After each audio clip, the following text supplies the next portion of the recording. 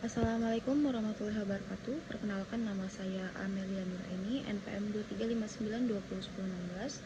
Di sini saya akan membuat video untuk menjelaskan tentang materi pertama, yaitu kebijakan dan mekanisme magang yang materiai oleh Ibu Husnul Khotimah. Saya di sini membuat video karena tidak lulus postes. Lalu yang saya dapat yang saya tangkap dari hasil pembakalan kemarin yang disampaikan oleh Ibu Husnul, yaitu tentang seperti jam masuk, seperti cara berpakaian, dan cara kita komunikasi terhadap pembimbing lapangan serta DPL.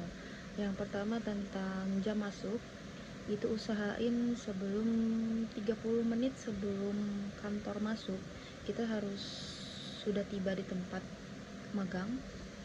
Lalu untuk meminimalisir hal-hal yang tidak diinginkan, kita pakai pakaian yang sopan, kita pakai helm untuk mengurangi hal yang tidak diinginkan di jalanan. Lalu untuk cara berpakaian untuk laki-laki, kemarin diterangkan bahwa harus berbenah diri, bersihkan rambutnya, cukur rambutnya, jangan sampai ada yang diikat. Seperti kemarin ada contohnya, ada yang diikat rambutnya.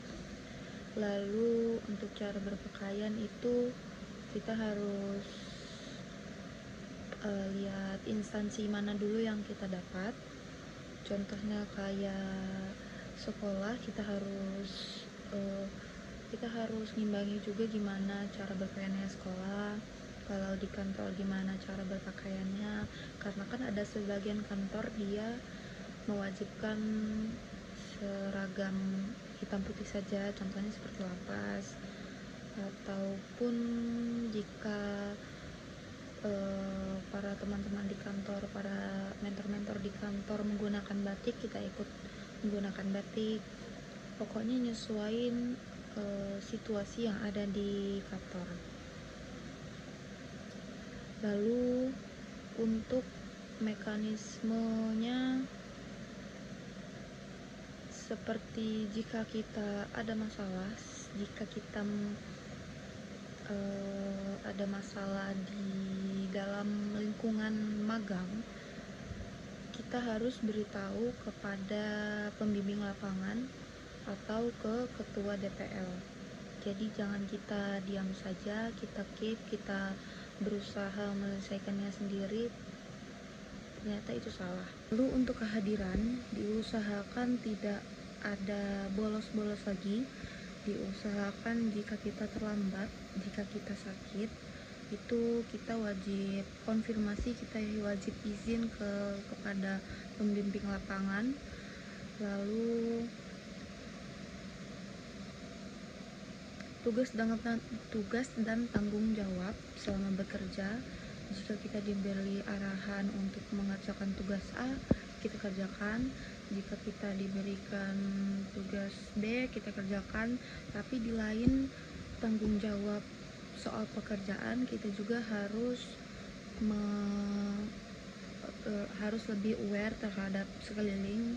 Contohnya kebersihan, contohnya hal-hal kecil yang memang tidak disuruh oleh pembimbing, selagi itu tidak memberatkan kita, selagi itu tidak merugikan orang lain, kita kerjakan saja.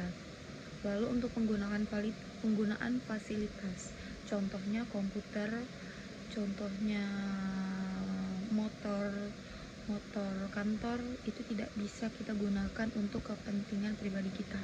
Jadi kita gunakan hanya untuk pekerjaan saja. Kemarin sedikit dicontohkan, kalau contohnya motor dibawa main, kita bolos sebentar, itu tidak boleh. Termasuk mekanismenya juga untuk kita presensi setiap hari pada saat magang, dan juga mengisi logbook harian pada setelah selesai jam magang atau sebelumnya. Sekian. Sekian, itu saja yang dapat saya sampaikan, itu saja yang saya tangkap. Terima kasih. Wassalamualaikum warahmatullahi wabarakatuh.